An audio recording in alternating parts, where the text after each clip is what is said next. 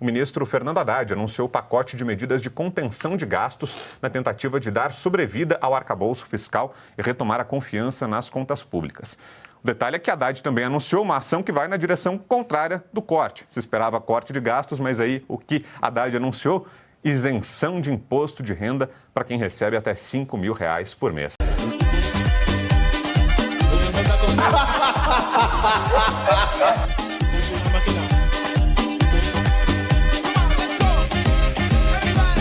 Vamos lá para o nosso primeiro assunto de hoje, que não poderia ser outro, né? O dólar batendo na casa de R$6. E essa caminhada começou ontem à noite. Em um pronunciamento feito em cadeia nacional de rádio e televisão, o ministro Fernando Haddad anunciou o pacote de medidas de contenção de gastos na tentativa de dar sobrevida ao arcabouço fiscal e retomar a confiança nas contas públicas. O detalhe é que Haddad também anunciou uma ação que vai na direção contrária do corte. Se esperava corte de gastos, mas aí o que Haddad anunciou? Isenção de imposto de renda para quem recebe até R$5 mil por mês. Para compensar essa perda, o ministro indica uma taxação maior para quem ganha acima de R$50 mil mensais. E em uma coletiva de imprensa realizada hoje pela manhã, já com aquele medo nos mercados, aquele caos no mercado financeiro, Haddad tentou dar explicações. A equipe econômica fez uma apresentação dizendo que prevê impacto de contenção de R$71,9 bilhões entre 2025 e 2026 e de R$327 bilhões entre 2025 e 2030.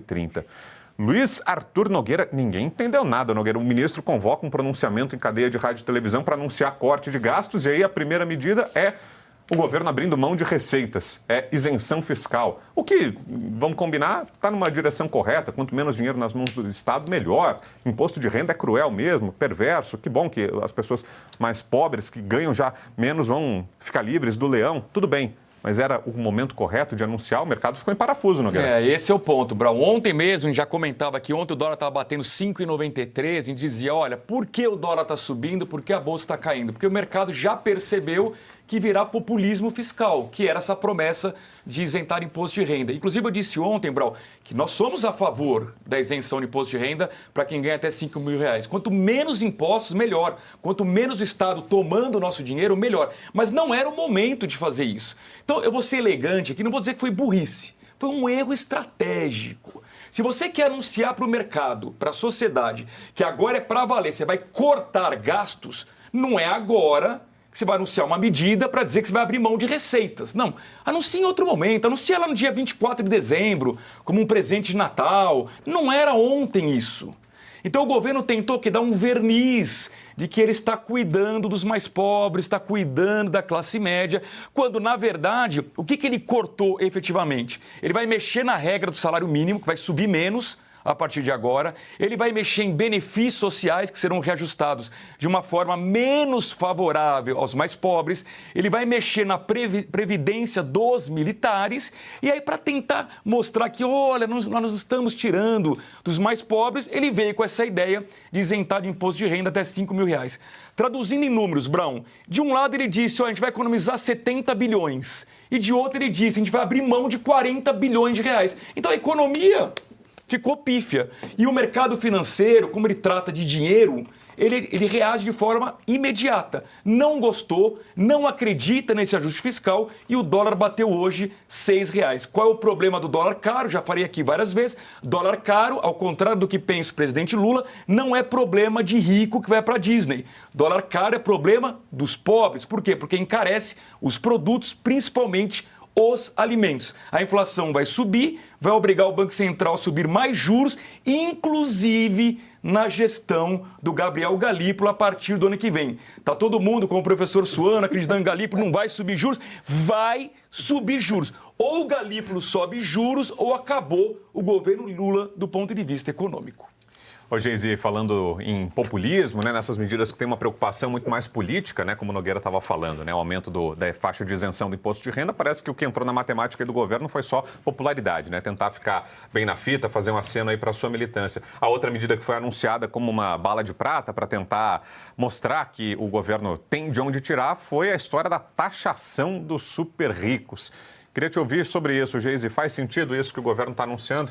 Nenhum, né? Porque como o Arthur falou, primeiro que não fecha a conta e até eu que não sou da matemática, consigo enxergar isso, que a conta não fecha. Uma socióloga formada em federal consegue enxergar que a conta não fecha. Uma socióloga séria. Séria, isso. Então, o primeiro ponto é esse. Do ponto de vista matemático, não faz o menor sentido.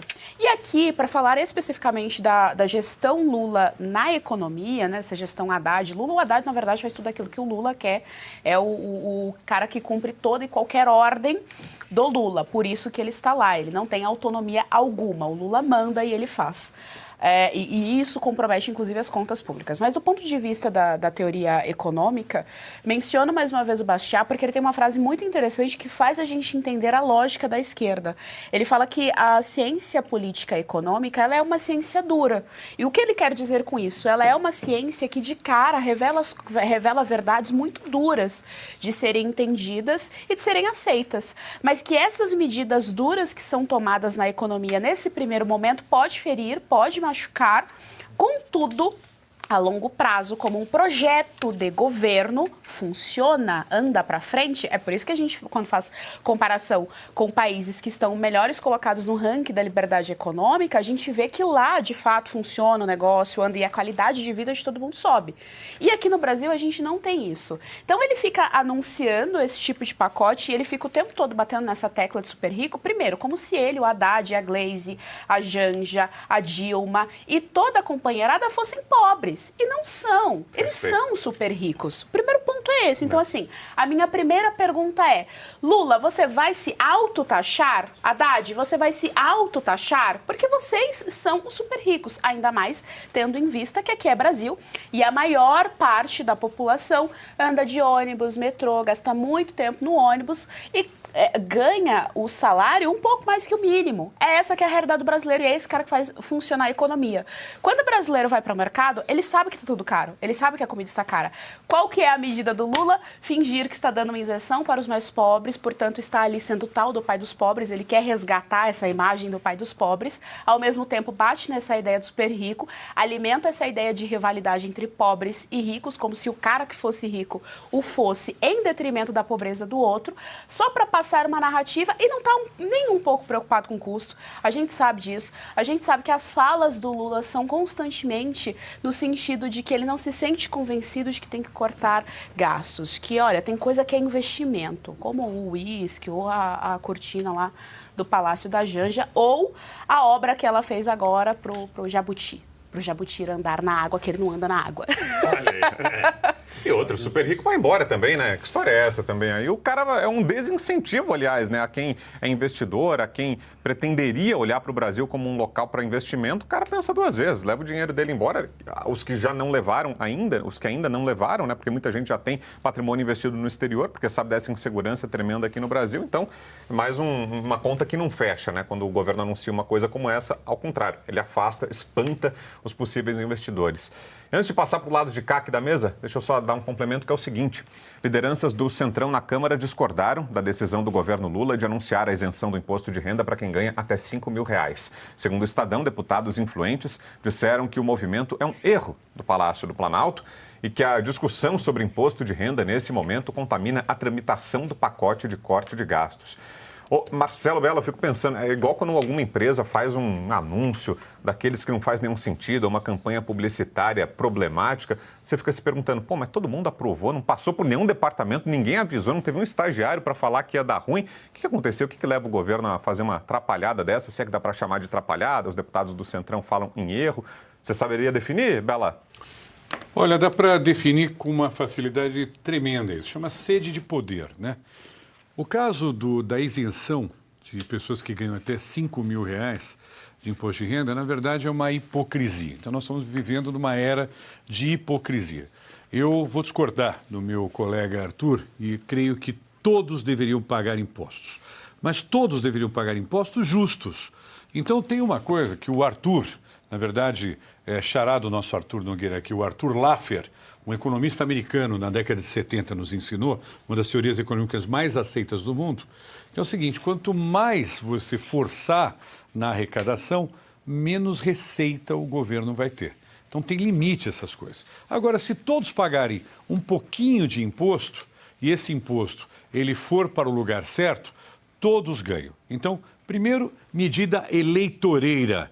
Medida eleitoreira que não vai servir para nada. Até porque saiu ontem a pesquisa do Paraná, pesquisas dizendo que se Lula hoje tivesse que enfrentar Bolsonaro ou até a Michele, ele perderia ou empataria até da Michele, né? Da primeira-dama do governo anterior. No que diz respeito a esse tipo de colocação também referente à taxação dos super ricos, isso é outra hipocrisia. Isso é outra hipocrisia, até porque os super ricos já pagam mais impostos. Os super ricos, ou seja, no Brasil, só 6% da população ganha mais de 6 salários mínimos. É isso mesmo, meu senhor, minha senhora que me ouve. Só 6% da população ganha mais do que 6 salários mínimos. Então, ou seja, a compensação dos 70 bilhões que deixariam de ser arrecadados dos impostos de quem ganha até 5 mil reais não vão ser compensados. E eu quero saber o seguinte, tem duas coisas importantes numa empresa quando a gente precisa reduzir orçamento. Primeiro, fazer uma redução que não cause problemas ao andamento econômico da empresa. E segundo, depois de anúncio, tem que ter pulso para cumprir. Agora, por que o dólar chegou a R$6? Porque não importa o que o governo falar, o mercado não acredita neste governo que está aí. É um governo frouxo no que diz respeito a controle de gastos. A nossa dívida externa já ultrapassou os 275 bilhões de dólares, com o avanço aí da moeda. Então, em reais, nós estamos mais endividados. E a nossa arrecadação, que já está em 1,9 trilhões, que é 9% maior que 2023, está quebrando o Brasil, está diminuindo o desenvolvimento econômico do Brasil. Porque como é que pode arrecadar mais e dever mais? Só tem uma resposta, porque não sabe controlar os gastos. Esse governo tem vida curta. Então, primeiro C, você curte, que é o preço deste programa. Quanto vale o ingresso para ver este palhaço neste picadeiro bonito? Vale uma curtida. Vale o seu like, o seu joinha, o seu gostei. Então, a sua obrigação é curtir. Se puder, comente, porque quem comenta ajuda no engajamento. Então, primeiro C é curtir, segundo C é comentar, o terceiro C, o que seria muito louvável, seria você compartilhar. Tem um link que é a setinha, uma setinha assim, meia bomba.